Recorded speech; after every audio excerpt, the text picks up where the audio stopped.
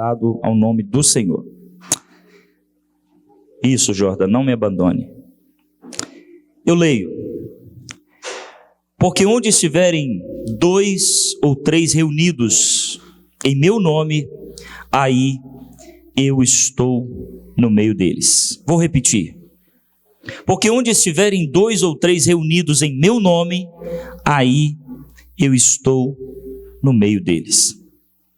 Na última quarta-feira nós fizemos uma pergunta aqui na igreja e de alguma forma nos fez pensar um pouquinho mais, Kennedy. Nós fomos para casa pensando um pouquinho mais sobre qual é a nossa missão. É fato que de alguma forma todos entenderam aqui a pergunta na íntegra. Ninguém saiu daqui pensando diferente, vendo diferente, entendendo diferente qual era a sua missão. Eu retorno essa pergunta aqui nessa manhã, porque talvez algumas pessoas não estiveram aqui na quarta, e eu quero te perguntar, para que durante toda essa conversa que eu quero ter aqui com Kennedy, toda a igreja entenda qual é a nossa missão. Qual é a sua missão? Quando o Senhor veio a essa terra, Ele veio com uma missão muito exata. E nós entendemos isso biblicamente, que também o nosso nascimento, o propósito de nascermos aqui nessa terra, de passar por esse ciclo da vida, nós temos também uma missão. Hoje a missão da Camila foi ministrar o nosso coração, sermos alcançados. Maravilhosamente tocou o violão, ministrou a nossa vida, o saxofonista, o tecladista, o baixista, as meninas aqui que ministraram junto, elas tiveram uma missão e cumpriram a missão. A missão do pessoal da mesa de som ali agora é que o som fique perfeito. O pessoal da mídia, que as imagens, o som fique também perfeito. O pessoal da ceia, servir com perfeição aqui a ceia. E nós viemos aqui para juntos cultuarmos a Deus. Missão para o dia de hoje. Mas no dia a dia, será que é só vir aqui no culto e simplesmente ser ministrado aqui no culto? Embora não, cada um de nós nascemos e tivemos a oportunidade de ser chamados filhos de Deus, porque nós temos uma missão. E qual é a sua missão, Kennedy? Primeiro eu quero falar sobre a estrutura da nossa igreja, porque nós somos uma igreja bíblica. Nós não somos uma igreja que nasceu numa ideia aleatória e alguém, por um ato de rebelião, abriu a casa da bênção. Não. Nós somos uma igreja bíblica. E todas as nossas estruturas estão na palavra de Deus. Quando você for perguntado por alguém, Kennedy, você está frequentando qual igreja? Você é membro de qual igreja? Olha, sou membro da igreja Casa da Bênção e lá eu tenho uma missão de ganhar o mundo para Jesus. Você não pode, nós não podemos, você não pode, eu não posso, nós não temos outro pensamento que não seja o de ganhar o mundo para o Senhor Jesus. A nossa missão aqui na terra, talvez você entrou e teve alguma dúvida, nós começamos por Nova Serrana, porque Nova Serrana é o nosso espaço geográfico mais próximo. É o que está mais acessível, mas nós começamos por Nova Serrana, e nós vamos ganhar Nova Serrana para o Senhor Jesus. Nós vamos ganhar o estado de Minas para o Senhor Jesus. Nós vamos ganhar o Brasil para o Senhor Jesus. E depois nós vamos ganhar o mundo para o Senhor Jesus. Pastor, como se dá isso? A Casa da Bênção é tão pequena aqui em Nova Serrana, mas nós estamos falando da placa de uma igreja. Muito pelo contrário.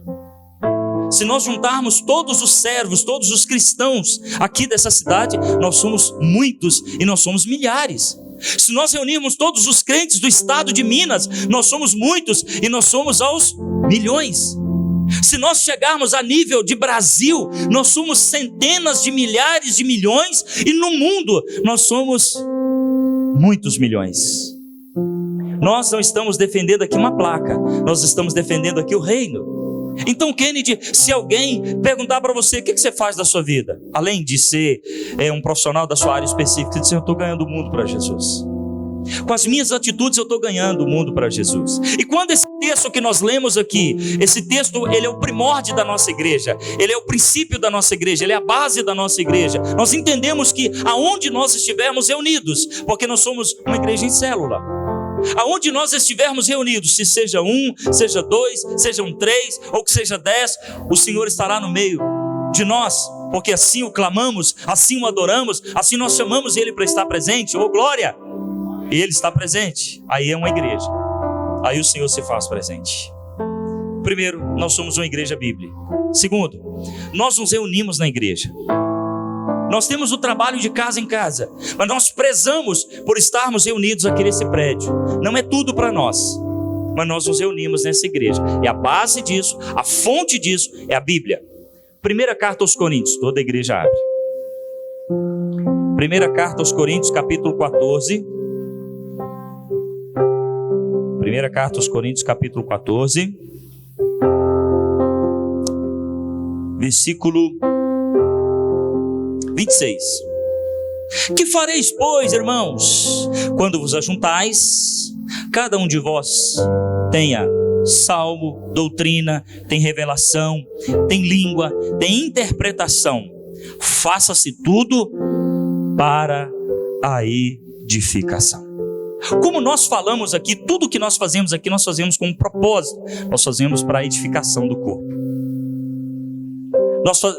Tudo que nós estamos executando aqui é para a edificação dos irmãos. Os louvores que são ministrados para a edificação, a oração de sexta-feira para a edificação, as células para a edificação, dízimos e oferta, edificação, oração, edificação, evangelismo nas praças, nas ruas, culto de jovens e adolescentes, irmãs, edificação.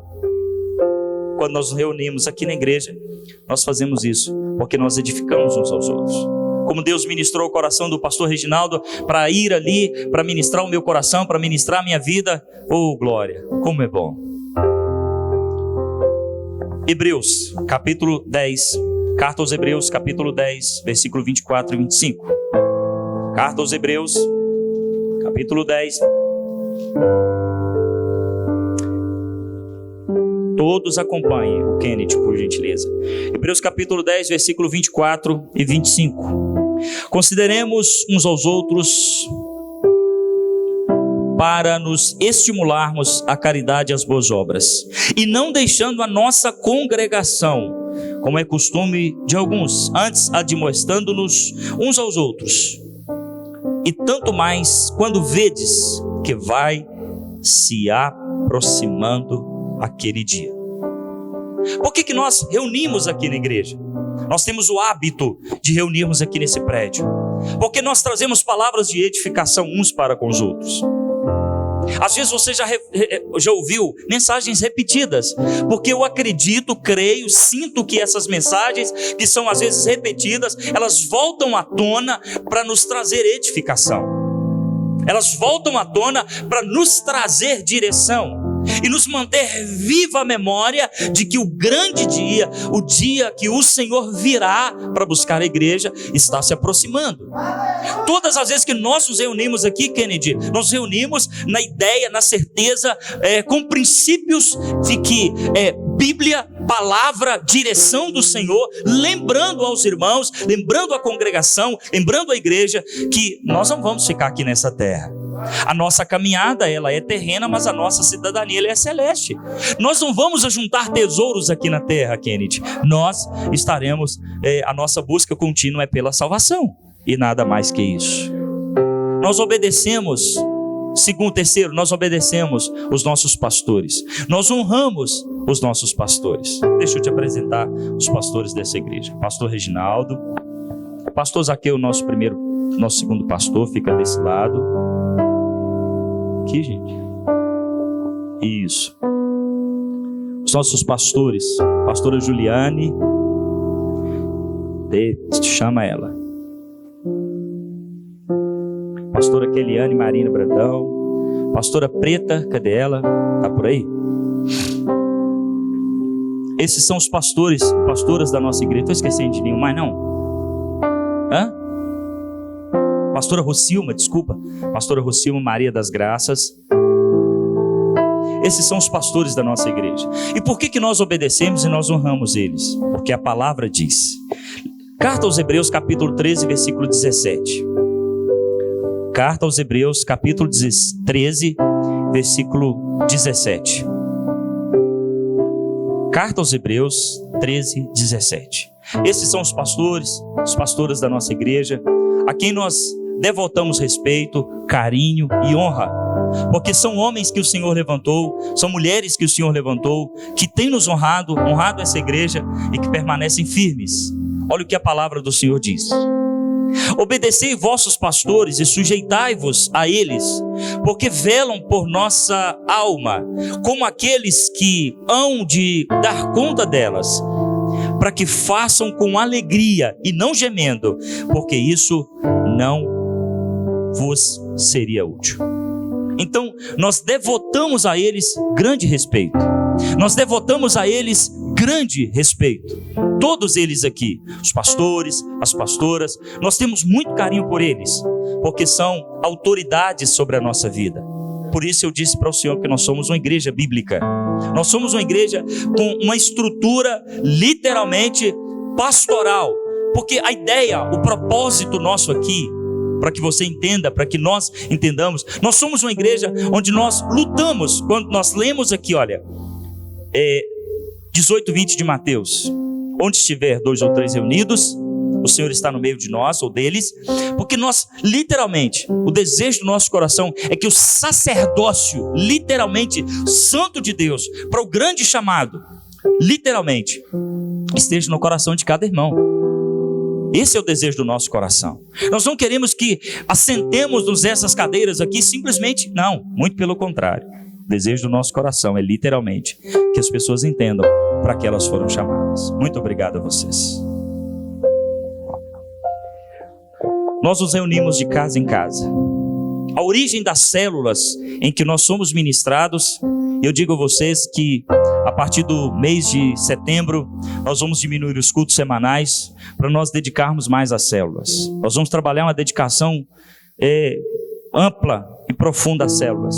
Deus já tocou na vida do Caio, com os jovens, com os adolescentes, e isso vai ser poderoso em Deus. A grande resposta, Pretinha, que nós precisávamos, Deus já mandou hoje de manhã. Aí eu tô que não me aguento aqui, de alegria. Nós somos uma igreja em célula.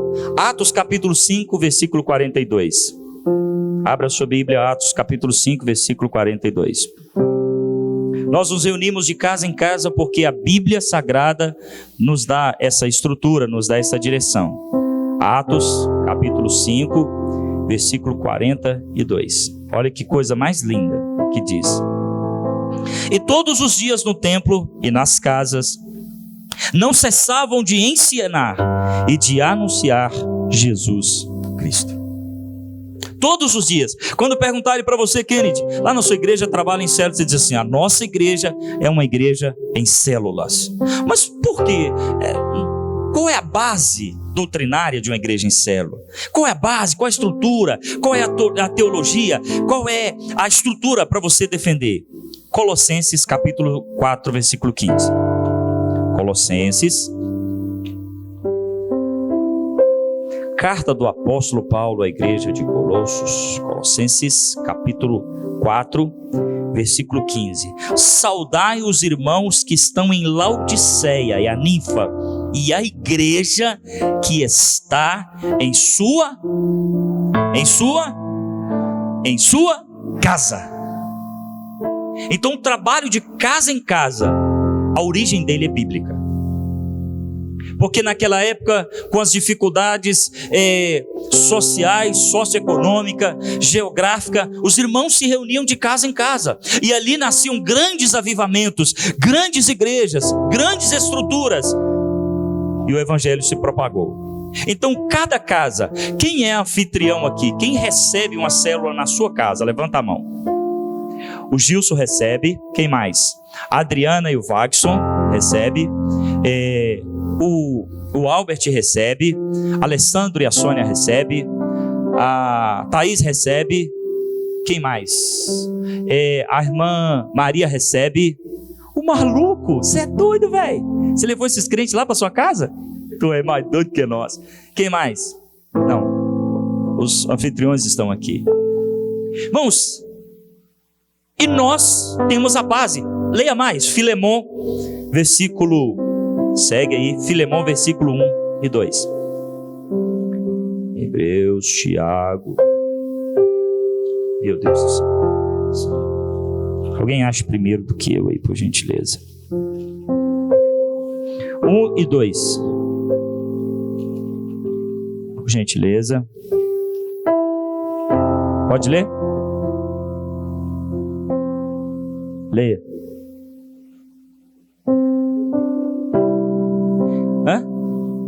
Versículo 1 e 2. Eu, Paulo, prisioneiro total de Cristo Jesus, junto com os irmãos de voto que eu escrevo a vocês, que devoram nosso amigo e companheiro de trabalho, e a igreja que se reúne na sua casa. E a igreja que se reúne na sua casa. Nós somos uma igreja em célula, Kenneth. Pergunta para mim assim, o que acontece numa célula, pastor? Enquanto a Isa não está aí hoje não, né? Não, é a Isa, mas o Eurico está.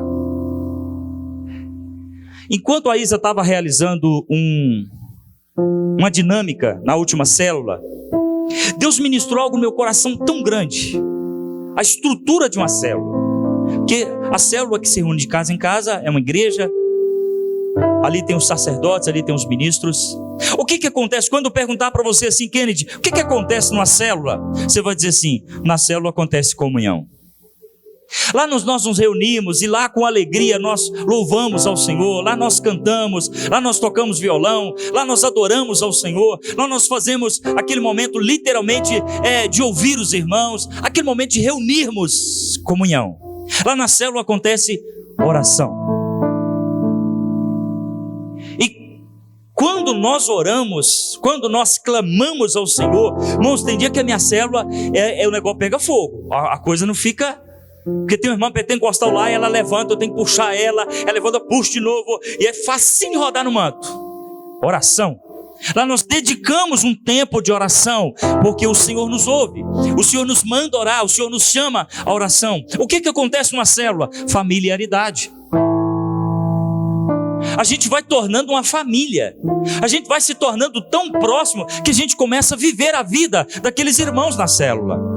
A gente começa a cuidar uns dos outros, literalmente, como se fôssemos família. Não é assim que acontece lá na sua célula? A gente chora com os irmãos, a gente ri com os irmãos, a gente passa a viver a vida dos irmãos tão na íntegra, né? Ontem eu fui orar lá onde o Rafael, onde o Danilo, aonde o Negão e o outro rapaz trabalha. Irmãos, a gente conversou, bateu papo, zoou, oramos, ministramos uma palavra, deu um testemunho para eles, e a gente vai se tornando uma família. Na célula acontece o momento do partir do pão. Eu usei um termo técnico, muito bonito, mas, irmãos, tem cada lanche na nossa célula que você deveria ir ver. Não vai não. Irmãos, aquele momento de comunhão, onde a gente leva um lanche gostoso, a gente participa daquele momento ali de muita comida, de muita alegria. Lá na célula acontece também milagres. A Luciana não está aqui hoje, mas o resultado da vida... ali a Luz, vem cá, Luciana, por gentileza. Sua menina está aí? Tá não? Tá? Vem cá, Lara. Vem cá, Luciana. Deixa eu te explicar por que acontece milagres na célula. Tá vendo essa menininha aqui? Luciana é mãe dela, essa jovem simpática aqui. Lá na nossa célula, disseram para ela, o médico disse que ela não poderia ter filhos. E a Luciana chegou lá um pouco angustiada, bem abatida, né? Mas aí, como a gente é família, a dor dela também nos atingiu. A tristeza dela também nos atingiu. Literalmente aquele momento de choro da Lu, né, Lu? Também nos atingiu. Porque para uma mãe, ou para uma mulher que deseja ter filho, meu Deus do céu. Aí nós fomos orar. Ela chama milagre essa menininha aqui, ó. Isso aconteceu lá na nossa célula. Deus te abençoe, Lu. Você fica quieta, irmã. Milagres. Eu tenho certeza que, só para a gente fazer uma prévia, quem alcançou uma bênção que você considera, assim, literalmente crucial para o ano de 2020 lá na sua célula? Quem já alcançou? Irmãos, quanta gente aqui poderia testemunhar muitas coisas aqui hoje? Eu posso ouvir um amém da igreja? Na célula acontece palavra. A base da nossa célula se dá pela Bíblia Sagrada e nada mais que isso.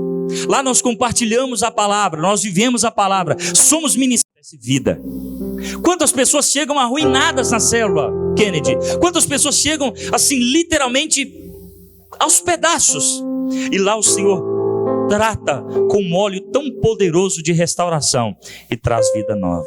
Lá na célula acontecem sonhos. Quantas pessoas, lá nós sonhamos tanto aliás, nós damos tanta vazão ao sonho das pessoas que nós passamos a sonhar junto com elas. Os sonhos dela não é mais só dela, sim nosso. Lá na célula acontece multiplicação. Foi o que aconteceu com a liderança do André, a liderança da pastora Preta, que agora chegaram lá no Capão, e lá para a glória de Deus, assim como o livro do profeta Abacuque disse que assim como a glória do Senhor vai encher toda a terra, são pontos de referência como as águas cobrem o mar, a palavra do Senhor quem diz, assim será lá no Capão, um pontinho de referência, e literalmente Deus vai sacudir aquele bairro para a glória do Senhor, Deus vai sacudir aquele bairro para a glória do Senhor, Deus vai sacudir aquela comunidade para a glória do Senhor. Vai acontecer, Cauana, um grande avivamento naquele bairro. E uma igreja de jovens vai nascer naquele lugar.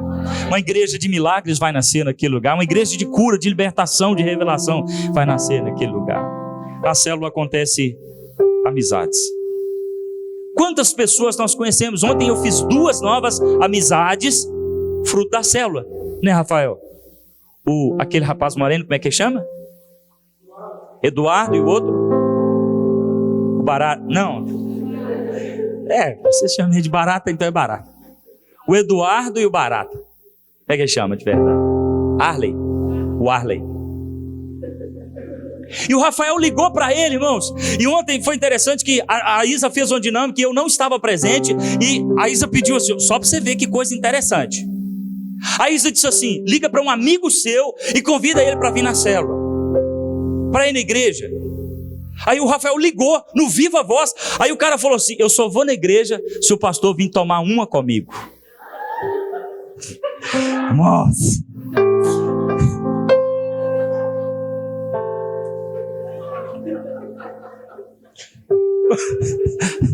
Irmãos, quem ouviu isso, pelo amor de Deus? O Rafael não é nada de gente. Eu chego lá ontem e ele falou com ele assim, esse é meu pastor e ele veio aqui para tomar uma com você.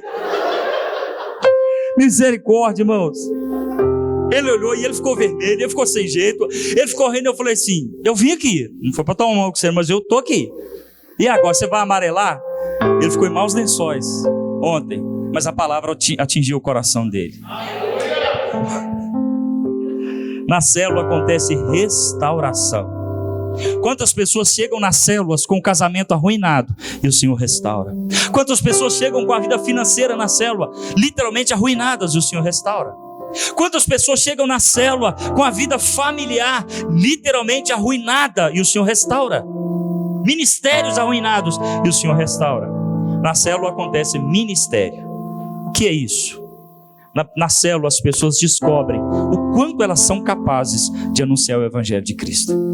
Lá na célula nós descobrimos, as pessoas se descobrem, ficam mais evidente o quanto elas têm capacidade de fazerem as coisas.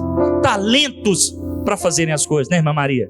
Talentos poderosos para fazerem as coisas. Algo assim minucioso acontece. Nós somos uma igreja que prezamos pelos valores da família. Nós defendemos os valores da família. E nós começamos pelos os nossos pastores.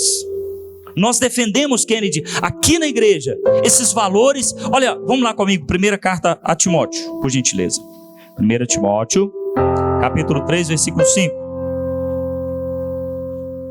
1ª carta a Timóteo, capítulo 3, verso 5. São valores. Diz assim: porque se alguém não sabe governar a sua própria casa, terá cuidado da igreja de Deus? Repito, porque se alguém não sabe governar a sua própria casa, esse terá cuidado da igreja de Deus ou da casa do Senhor? Então, quando nós literalmente entendemos que um pastor, quando um homem, uma mulher, ele tem o chamado pastoral, e nós assim entendemos, por votação aqui, por direção de Deus, levá-lo à ordenação pastoral, nós cuidamos dessa parte aqui. Pode ser que algum se desvie, não porque nós queremos, ou porque nós tendenciamos, não, mas esses princípios é tratado na vida dele. Governar bem a sua própria casa. Ele precisa governar bem a sua própria casa. Se ele não governar bem a sua própria casa, como irá governar a casa do Senhor? Como eu disse, nós amamos, respeitamos os nossos pastores e honramos, mas nós também cuidamos desses valores. Então, do que adianta eu chegar aqui com esse terno e anunciar de maneira tão profunda a palavra do Senhor, ser aqui um pregador eloquente e ter uma boa oratória, se na minha casa eu sou um fracasso? Disso não me adiantaria nada. Então nós cuidamos para que os pastores tenham graça e misericórdia de Deus e sejam ensinados esses valores. Nós cuidamos dos valores e nós prezamos por esses valores, começando com os nossos líderes cristãos. As esposas, Provérbios capítulo 14, volte lá, livro de Provérbios, capítulo 14, versículo 1. Toda mulher sábia edifica a sua casa. Para nessa vírgula aí. Nós prezamos por esse cuidado. Nós prezamos aqui por esses valores. A mulher, ela é ensinada aqui a edificar. Edificar é construir. Edificar é tornar-se sólido um ambiente. Nós ensinamos aqui, Kennedy, as candidatas ao casamento, as irmãs que já chegam aqui, já com casamento, nós ensinamos esses princípios. A edificação da casa. E a edificação da casa, ela se dá com oração, ela se dá com sabedoria, ela se dá com compromisso, comprometimento, com comportamento, atitudes, ela se dá uma vida direcionada pelo Senhor. Nós prezamos por esses valores. Colossenses capítulo 18, ou 3, verso 18. Carta de Paulo aos Colossenses, por gentileza, capítulo 3, versículo 18. Olha o que diz a palavra do Senhor. 3,18. Vós, mulheres, estáis sujeitas a vosso próprio marido, como convém no Senhor. O texto nos leva literalmente à palavra, origem. Estejam firmes com seus esposos, com seu esposo. Esse sujeitar é estar firme ao lado, é permanecer inabalável do lado. Porque às vezes a tendencia, com o passar do tempo, cada um vai tomando um canto. Não é assim? Quando a Bíblia Sagrada diz, e eu falo pela minha esposa, eu falo por ela no sentido de oração. Sujeitar é estar ao lado, estar firme, permanecer firme em oração. Porque ao marido também cabe, e eu leio daqui a pouco, esse mesmo princípio, porque é papel dos dois. Esse sujeitar é permanecer como uma coluna firme de oração. Quantas mulheres aqui já pararam de orar pelo casamento? Quantas mulheres aqui já pararam de orar pelo esposo, pelos filhos? E nós trabalhamos esses valores aqui. Ao esposo, Efésios capítulo 5, por gentileza. Efésios capítulo 5. Eu já estou terminando, viu, queridos? Capítulo 5, versículo 25 e 28. Efésios 5, versos 25 e 28, até o 28. Vós, marido, amai vossa mulher como Cristo amou a igreja e a si mesmo entregou por ela, para santificar, purificando-a com lavagem de água pela palavra, para apresentar a si mesmo pela gloriosa, sem mácula, nem ruga, nem coisa semelhante, mas santa e irrepreensível. Assim devem os maridos amar a sua própria mulher, como seu próprio corpo. Quem ama a sua mulher, ama a si mesmo. São valores que nós defendemos. Quando a Bíblia Sagrada diz, marido, ame a vossa mulher como Cristo amou a igreja. Irmãos, sacrifício, ele entregou-se por ela. Sacrifício, ele se entregou por ela. Assim deve ser, marido, a sua entrega ao Senhor, a Deus, pela vida da sua esposa. Maridos, sejam compreensíveis. Maridos, sejam sensíveis. Eu angustio muito meu coração quando eu vejo que os esposos não compreendem a esposa. Eu fico muito aborrecido com isso. Me angustia o coração. A gente, irmão, nós sabemos muito bem disso, que casamento, vida conjugal, casamento é uma compreensão diária. O Stan falou comigo assim, o Stanislau, o Thiago Batista, com TH, falou assim, pastor, eu quero fazer um negócio assim na minha garagem, assim, então eu falei, Stan, legal, beleza. Aí você chega lá na garagem dele, tá totalmente diferente, mas não tem nada que ele falou. Eu falei, mas é isso, Stan, falei, pastor, tá tudo bem. Só que o que aconteceu? A Paula mudou tudo. Brincadeira. Sabe por quê? Junção de ideias. Se só a sua ideia predomina, isso não é casamento.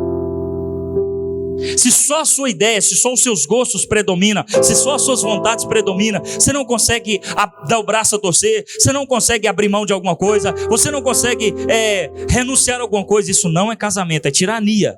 E eu vou dizer para você que esse casamento está fadado ao fracasso. Não é pessimismo da minha parte, mas é isso aí. Casamento é compreensão. Assim como a palavra diz, marido, ame a sua esposa como Cristo amou a igreja. E o texto continua dizendo, e deu a vida por ela, né, pastor Zaqueu? Compensa o Senhor dar a vida pela pastora Leide. Por quê? Porque Cristo te ensinou assim. Eu tenho certeza que alguns esposos aqui, né, só poderia contar parte do testemunho do Senhor, né, pastor Reginaldo? Meu Deus do céu. Irmãos, a gente tem um testemunho do pastor Reginaldo que é forte demais, né, pastor Suílio? É fato que há, Kennedy, os desacordos no meio da caminhada. Bom seria se vivêssemos uma vida, né, César, só de acertos, mas a gente falha em alguma coisa, a gente erra em alguma coisa, mas a gente sabe pedir perdão, porque o Senhor nos ensinou a perdoar. Então eu vou dar um conselho aos esposos aqui hoje. Se o seu amor não beira a esse ensinamento, a esse valor aqui, você precisa rever seus conceitos. Eu disse para minha esposa, nós estamos há 5 anos fazendo uma cozinha lá em casa, que só Jesus tem uma novela. E ontem, William, eu cheguei numa conclusão muito interessante. Os homens que estão aqui, que gostam de carro, levanta a mão. Qual o homem que está aqui que gosta de carro? Gosta de carro? Não é todos não, rapaz. Ô glória. Mas nem gosta de carro, não é assim? Nem gosta de carro. E vamos brincar de falar sério, né? Eu acho que você queria ter um carro top. Ah lá, qual os homens que estão aqui que gostam de moto? É porque aí fica... Raquel, baixa a mão, você não... Né? Porque tem gente que gosta de moto, de carro e tal. E a gente está investindo 5 anos para fazer um negócio, que é a coisa toda. Eu disse para ela assim, meu bem, a minha prova de amor para você é essa. Ela disse, o quê? Eu poderia estar investindo esse dinheiro todo num carro, né? Top no mundo, e não sei o que tem. E pensa num carro, irmão. Deixei na minha pesca, irmão, meu hobby predileto. Eu poderia ter comprado um barco motorizado. Eu poderia ter comprado uma caminhonete, Eurico, cabeção. Ué. Eu estou investindo na cozinha, daí você pensa que cozinha. Eu disse para ela assim, eu te amo. Comunhão de ideia. Você consegue abrir mão de algumas coisas? É isso aí, Henrique. Você tem dinheiro, você pode comprar uma caminhonete para nós pescar. Eu vou dizer um negócio muito interessante. A mulher sofre, não tem chamado TPM. Nem a ciência conseguiu explicar. E ela vai morrer sem explicar. TPM. A mulher, porque tem um conceito interessante, a ciência vai morrer sem entender isso. Desculpe. Um dia a Preta chegou para mim e disse assim, eu falei para ela assim, não, meu bem, você está linda hoje. Ela começou a chorar. Você diz, minha filha, o que está acontecendo? Eu estou tão sensível hoje. Coisas que você não entende. Não está faltando nada, Douglas. Já está chorando. Isso é coisa que acontece e que às vezes os homens não sabem entender. Eu estou preparando um estudo sobre resgatando a masculinidade. Eu vou tratar de uns negócios top demais aqui com os homens. Um trem de Deus. Irmãos, o negócio de Deus, que Deus me deu. Colossenses 3,19, nós já lemos sobre os homens? Não. Colossenses 3,19 diz assim, olha: vós, marido, amai vossa mulher, e não vos irriteis com ela. A Bíblia que está dizendo, não sou eu não. Eu vou reler para você entender. Vós, marido, amai a vossa mulher, e não vos irriteis com ela.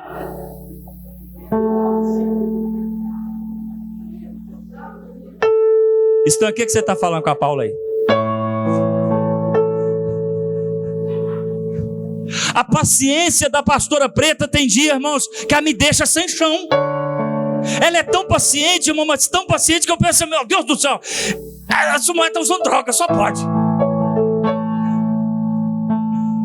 Aí é o contrário, não é? Eu sei que é. Não esconde não, Jorge, eu sei que você está aí. Quem é mais paciente aí? É ele ou é você, Márcio? É ele, né? Eu sei que é ele. Vamos puxar a sardinha, Jorge. Vamos puxar a sardinha pro nosso lado. A Raquel já te irritou alguma vez, Caio? O Mike já te irritou alguma vez? Aliás, a Lei já te irritou alguma vez, Mike? O William, não pergunte. Mas o mais engraçado é porque está todo mundo de máscara. Você tem que ver a fisionomia da pessoa. A pessoa quer arrancar a máscara assim. Mas a Bíblia é sagrada, irmão. Tem dia, eu fico pensando assim, meu Deus do céu, me dá graça dos céus, né, Ana? Eu sei que o Clodoaldo te irrita, mas você tem que ter paciência com ele. A Bíblia está nos ordenando isso aqui. Eu sei que dá vontade de se colocar na churrasqueira e fazer o Clodoaldo no rolete. Mas são valores que nós defendemos com alegria, irmãos. São valores que nós defendemos aqui, Kennedy, e a gente não vai abrir mão disso. Filhos, os filhos que estão presentes, prepara o lombo. Provérbios capítulo 6, versículo 20. Provérbios capítulo 6, versículo 20. Como se diz aquele pastor lá do interior de São Paulo, pastor Bambu Dobrado. Capítulo 6 do livro de Provérbios, versículos do 20 até o 23. Filho meu, guarda o mandamento de teu pai, não deixe a lei de tua mãe, ata-os perpetuamente ao teu pescoço, pendura-os no teu pescoço. Quando caminhares, isso te guiará.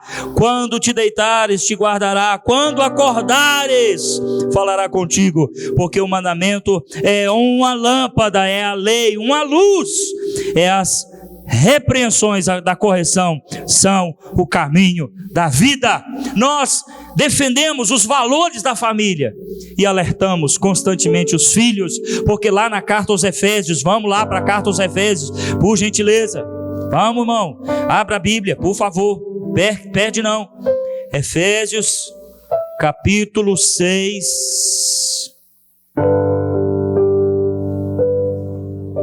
Oh, glória. Efésios 6, do 1 ao 3. Vós, filhos, sede obediente aos vossos pais no Senhor, porque isso é justo.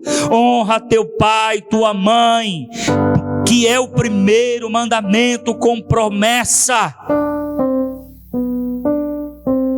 para que te vá bem e viva muito tempo sobre a terra. São princípios. Quando perguntar para você assim, Kennedy, que princípios vocês defendem lá na igreja? Os princípios cristãos estão relacionados à família, liderança, estão relacionados, outra parte linda, com as autoridades. Com as autoridades. Pastor, o que é a igreja? Se o Estado é laico, o que a igreja tem a ver com as autoridades? Seja elas governamentais, municipais, estaduais, de esfera federal. Bíblia. 1 Timóteo capítulo 2. 1 Timóteo capítulo 2, versículo 1 ao 3. Admoesto, pois, antes de tudo, que se façam deprecações, orações, intercessões e ações de graças por todos os homens, pelos reis, por todos os que estão em eminência, para que tenhamos uma vida quieta e sossegada em toda piedade e honestidade. Oremos pelas nossas autoridades. Princípios cristãos. Qual a base da sua igreja? Você vai dizer bíblica. 2 Timóteo, mova-se algumas folhas. Capítulo 3, versículo 16, a igreja ponha-se em pé, para a gente encerrar.